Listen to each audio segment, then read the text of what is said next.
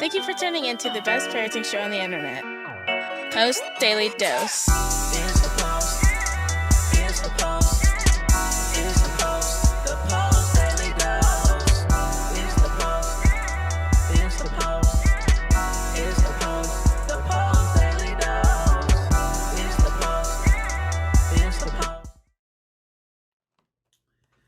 Hey, good evening, Facebook family. Welcome to another episode of Post Daily Dose with me, your trusted parenting advisor, faithful guide and servant on the healing journey. What's my name? Big Papa Brian+Post, and it's freaking fabulous Friday, baby.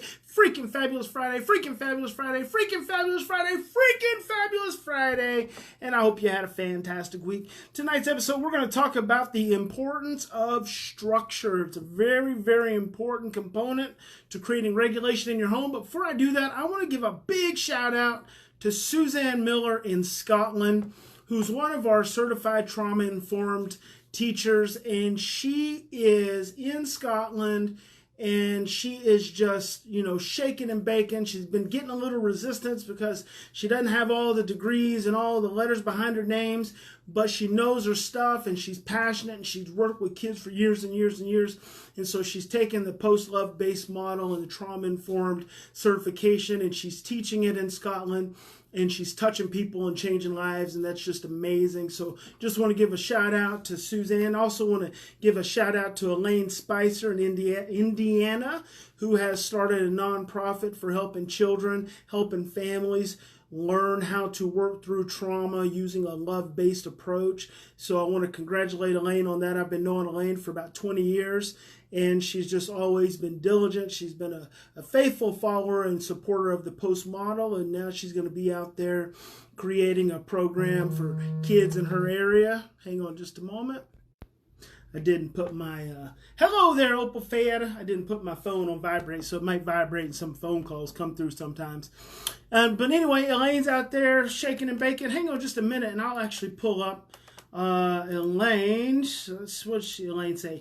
It is the Institute for Community and Family Resilience. The mission is twofold: provide education, support, and consultation to the various systems within our community to understand the effects of trauma and toxic stress, and to help these entities develop trauma-responsive protocols to help families and the community develop resilience. And number two, educate parents about positive, love-based parenting to relieve the effect of ACEs on children and families.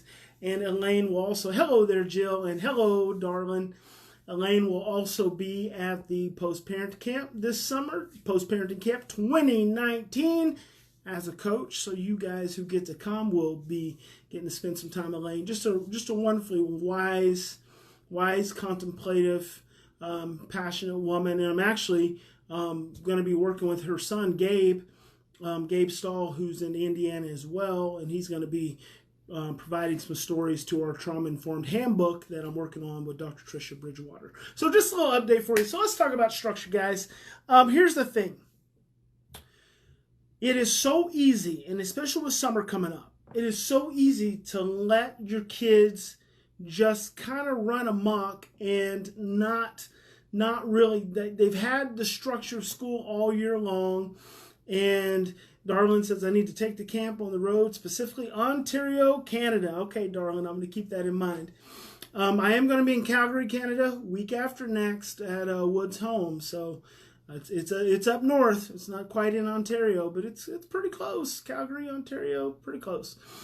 So with school, so here's the thing. School has created an inherent structure for your children. It creates an inherent structure for the mornings, for waking up, for breakfast, for getting off to school. Then they go to school, and then there's that certain structure around school all day long. Then they come home, and there's the evening time. There's, probably the free reign electronic time. And then there's the preparations, getting ready for dinner. And then there's the bath times, and then there's the bedtime, and then there's sleep. So you see that structure is very clear and very specific, and they've had that pretty much throughout the year. Structure gives children predictability. That's very important.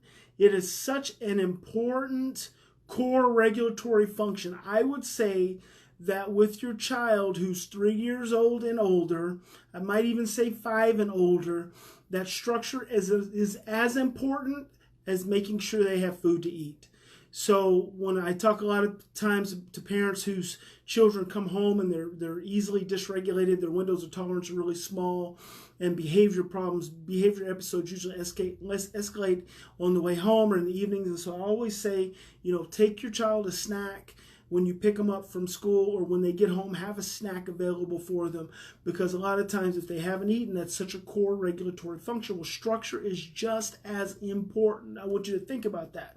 Now, I'm not telling you not to allow your children to sleep in and kind of go into some of their natural rhythms, especially some of your pre-adolescent children. What you're going to notice is that they can stay up until midnight and then sleep until 10 in the morning. To me, those are their natural rhythms. See, we're forcing, one of the problems so many children, especially children with trauma backgrounds, adopted foster children, some biological children, and some kinship placements, is one of the reasons they have so many challenges in school is because we are forcing them out of their natural rhythms. And so when the brain starts to change again in pre-adolescence, the children have more energy during the day, they stay up longer through the night, and then they fall asleep and they sleep later. Well, that late sleeping, a lot of times we're conditioned to believe that that's laziness, but that's not laziness at all. I mean, it's a byproduct of number one, staying up later, but also it is a byproduct of their brains changing and them needing more sleep than they normally would get. Now, I always like to advocate as much structure around a sleeping routine, a bedtime routine as possible. But summer's here, so you're going to have a little bit more flexibility. And then as the flexibility sets in, you need to be really thinking about structure during the rest of the day. So what does it look like if your child stays up at midnight? What time are they waking up in the morning? What are the expectations for the next day? You don't want to have a child stay up until 1 or 2 in the morning, and then all of a sudden they've got a doctor's appointment or a dentist appointment at 8 in the morning, and you've got to get them up. That's a recipe for disaster. So there are going to be those times where you've got to be thinking ahead of time, ahead of schedule. I call that prevention, where you're thinking about what's going to come, and then allow that to guide your structure and your expectations for your child.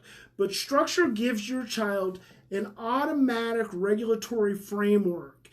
And just like food gives them a natural fundamental framework, structure gives them that framework, which helps their brain to be more regulated. It helps them to predict what's going to happen next, which keeps the amygdala dialed down, because if the amygdala can't predict what's going to happen next, it's going to dial up and it's going to start looking for threats. Once the amygdala dials up and starts looking for threats, then what's going to happen? It's going to start wearing on the window of tolerance. The more it wears on the window of tolerance, the smaller the window of tolerance gets, the more sensitive to stress they become, and the more likely they are to act out. So you want to keep in mind that structure is very important at all times. And I always say structure with flexibility. I feel the same way with limits. So a lot of times, hey, Miss Edna. Miss Edna is Mr. Harold's wife and one of my superstar post-treatment home parents. Also lives in Indiana, where Elaine Spicer is also at. And Miss Edna will also be one of my parent coaches. So when you come to Post Parenting Camp 2019, you'll get to hang out with Miss Edna, who's one of my absolute most favorite people. So when you're setting the structure, you have to be flexible because your children are not used to it. And because they're not used to it, oftentimes it takes some repetition to get them used to it. It's just like setting limits. You set the limit, your child goes beyond that limit. The flexibility is in saying, look, I see what just happened here. I set a limit which your stress response system can't really handle, so I set you up for failure. We're going to pull the limit in a little bit more because I don't want to keep setting you up for failure. I want you to be able to operate within a range that you can be successful at. So go ahead and do whatever it is you feel like you need to do today. You've already gone over the limit. I made that possible. I set that up. I let you down. Tomorrow we'll do something a little bit different. Or in a couple hours we'll do something a little bit different. So what you're doing is you're consistently taking responsibility. Number two, you're being flexible. Number three, you're creating repetition and communication, which is teaching in nature, because what you're not doing is you're not creating a threat. When you don't create the threat and you say to the child, look, you just went over the limit and I apologize to you because I set a limit that's probably just not where you're ready to be able to handle it. So don't worry about it. I'm going to fix it. It's my fault. I let you down. I let me down. I'll fix it. I'll make it better. Because they don't feel threatened, what they are then able to hear is, oh crap, if I don't internally work harder to honor and respect the limit, then the limit's going to get shorter. And the child doesn't want the limit to get shorter. But if you threaten them, if you punish them, if you shame them, they see you as the threat. You, the parent, as the threat. And when they see you as the threat, that becomes the problem. Then they stop being able to think clearly. Let's see what Katie has to say. Katie says, we've tried to let them stay up a little later, but so far, while they love the idea, but they start to get stressed, so we keep the bedtime the same. That's cool. Fantastic. I think that's perfect, Katie. You got to do what works for you. Hey, Cindy from South Dakota, and hey, cousin Sean from Atlanta. I see you back, girl. And hey there, brother Harold. Good to see you. So you have to continue to communicate to a child in a way. This is very important when it comes to structure, because this is what's important when it comes to helping children learn. Remember this. If a child is stressed out, a stressed out brain cannot retain information. A stressed out brain cannot retain information. In times of stress, our thinking becomes confused and distorted, and our short-term memory is suppressed. So when you're creating structure and you're creating limits and you want to create repetition to help the child learn the limits, to reinforce the limits, if you move into punishment, blame, shame, and threats, you are stressing their brain out. When you stress their brain out, you are arresting their ability to learn. They can no longer think clearly. Their short-term memory is no longer active and available, and they are looking at you as the threat. And you don't want to be the threat in your child's life.